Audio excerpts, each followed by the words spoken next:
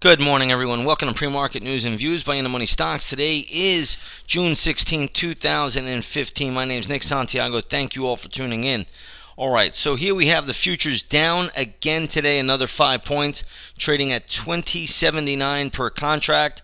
It is not a pretty picture here for the futures, but one thing you'll see is that they have come off of the morning lows. Did put a little bit of a low in around 3 o'clock, made a higher low in around 6:30, 7 o'clock in the morning, and then have moved back up to the 2080 level per contract area. So we'll see how the futures react once the opening bell rings.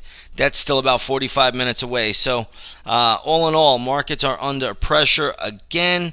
We'll see where they go. We'll see if they can hold these lows right here and get defended. But the news out of Europe is very, very mixed. Today we do have the European markets basically down just a touch. They were down more earlier. Now they're not down as much, so we'll see how it all plays out. But one important thing that you do want to remember is last night the Shanghai Composite, I believe, was down over 3%. So that could put some pressure on a lot of the Chinese ADRs this morning.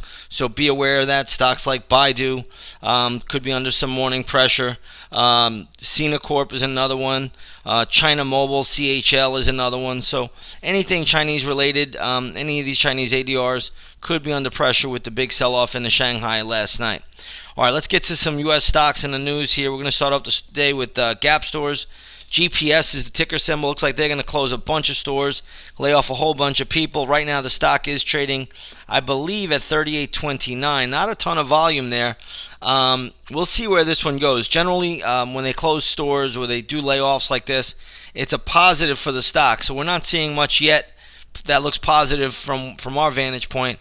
But what we will do is we'll look to trade this one once the opening bell rings. We'll see what kind of pattern we get on the chart. So again, come on over, take a 7-day free trial. You could trade right alongside of us. You could see everything that we're doing, and we've had a great 2015 so far. Next stock on my radar is Procter & Gamble. They just sold 3 businesses to Coty, 3 of their beauty businesses. So if you take a look at the stock, closed at $78.12 yesterday. It's now trading at $79.70. I'm going to give this stock the upside bias to $81.32. I'm not sure it gets up there, but that's where I am showing mathematical resistance, right around $81.32 for Procter & Gamble. Let's take a look at the acquirer of those businesses, Coty, and you're going to see that that stock did surge up to $32.50 this morning. It's now settling in at around $29.50 at the moment. This is overbought in my opinion. There's a ton of resistance also around the $30.25 level, maybe $30.50. So I don't really see much upside, and we'll see how it plays out. But this will be on our radar once the opening bell rings today, so we'll keep that on watch. Let's take a look next at Goldman Sachs. Goldman Sachs said they are coming out with some type of a business that will allow them to lend, I believe, over the internet. So you may want to look at that. It's an online consumer loan business. We'll see how it plays out. Right now the stock is not getting a huge reaction off of it. Closed at $211.76. Last night it's trading at $211.38. Goldman will be on our radar. We do trade this quite often, each and every day. Under Armour is in the news as well. They're coming out with a new class of stock. Right now the current stock is trading at $81.88. We're going to give this the upside bias to around $82.80. So I think it does have another $1 of upside here. That's where you'll hit resistance, right around $82.80, $83, right around there. Should be a ton of resistance for Under Armour. But they did come out with a new class of stock, and you're starting to see this theme more and more out there. More and more companies are starting to do it. This is going to be like a new Class C, and it'll be traded on the NYSE, I believe. They will not have any voting rights, something similar to what Google did not too long ago. All right, let's take a look at AAVL, and what you're going to see here is this is Avalanche Biotechnologies. No pun intended, but this is an avalanche. Stock just went from $52. It is now trading at $20.29. There's nothing I would do with this equity. It's overbought.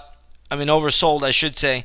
But again, with biotechs, you just never know where they're going to go. How bad is the news? Either way, there's nothing to do here. Just wanted to point out the avalanche in the name today.